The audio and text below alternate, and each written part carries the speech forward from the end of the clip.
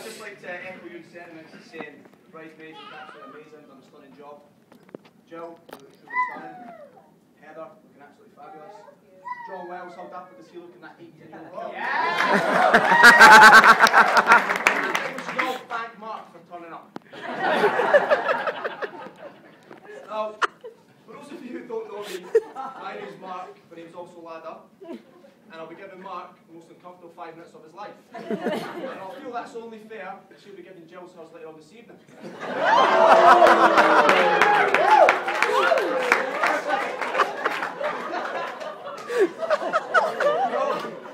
read that traditionally, the best man is supposed to sing the groom's praises and tell you all about his many good points.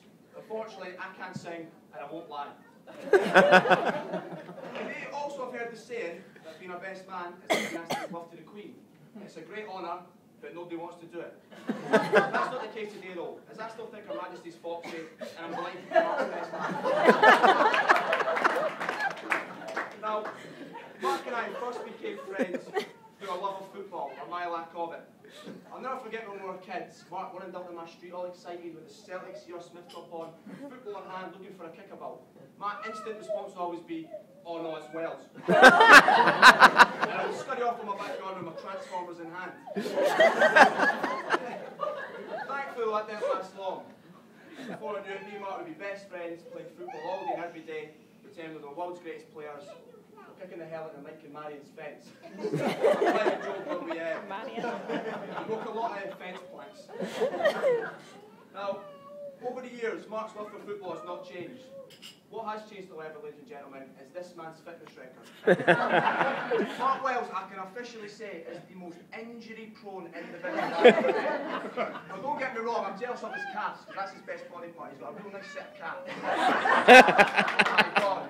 He's got his chocolate groin, he's got his gambling hamstring, he's got his shin splints, and if it's not that, it's the 2-ton caravan he's put on his back.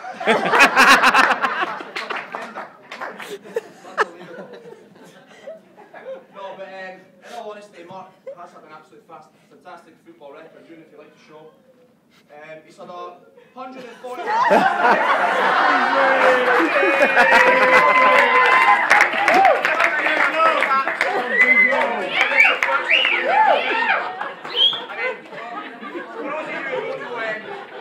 A few months ago, someone put us on the fact that Mark looked identical to the great Peter Beardsley. You know, by looking at that, I think we'll all agree it's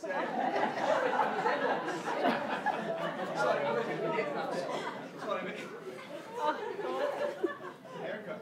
Now, what I want to do is take a look at Mark and take a look at his elegant hairstyle. I'm going to explain this piece of artwork. Now, for those who don't know, Mark straightens his hair. And he's been doing this for many a year. He cannot live without his beloved hair straighteners. Now, come as no surprise, this has significantly increased his average handling time when it comes to getting ready for a night out these days. There's one story in particular with these hair straighteners I'll always remember, I'll never forget, and I'll set the scene. So me and Mark were getting ready for our first Christmas team night out with the Bonus Junior football team. Now these boys were a great bunch of lads, but they were real, real rough, real hard working class men. So in the changing rooms, we're getting the crack, we're putting on our glad rags, getting all excited for the big night out. Then from the corner of my eye, I spots Wells. He's bending down, he pulls out his hair straighteners, and he begins walking towards the mirror. Oh dear, I thought to myself. It was true that the damage was done, there was nothing we could do. One by one, the rest of the lads' heads turned to witness the silky left winger prancing and basically that Bobby Mize look you see here today. I'll never forget the silence at the end across that changing room. It was a gawk wang and then it was a redneck house party. A classic Wales moment and one that I will never forget. But enough about Mark's downfalls, let's move on to some of his achievements. They mainly involve eating and drinking. Although, as you mentioned earlier on, we'll have to score drinking off the list because having to be put to bed at 10 PM on the first night of your stag was absolutely shocking. Now, over the years, I've given Mark a real hard time about his eating habits. He's the type of guy where the food just goes down in one without touching the sides. There's very minimal chewing involved. And if you witness later on during the meal, you'll see exactly what I'm talking about. And it's incredible. He's the only person who thinks it's a good idea to go through the McDonald's drive-thru, 15 minutes before the start of training, you get a large quarter pounder with cheese. It's just incredible. No, but Mark really is such a generous, loving, caring, handsome. What's that, mate? What do you mean? No, seriously. Well, Mark really is such a great guy, and it's an honour to be standing here today and be part of such a special occasion. I think it really is a tribute to John and Heather, how well their son has turned out. To me, Mark is a true friend who I know I can rely on.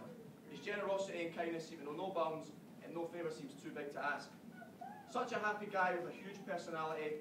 He always seems to be in great spirits and have the ability to make light of any situation that some of us know only too well. On a final note, I would just like to thank Mark again for asking me to be part of this fantastic celebration and say how happy I think Mark and Jill are going to be together. Most people search for years or even decades to find that special person that they truly love. You guys are so fortunate to have found it so early on in life. So for everyone,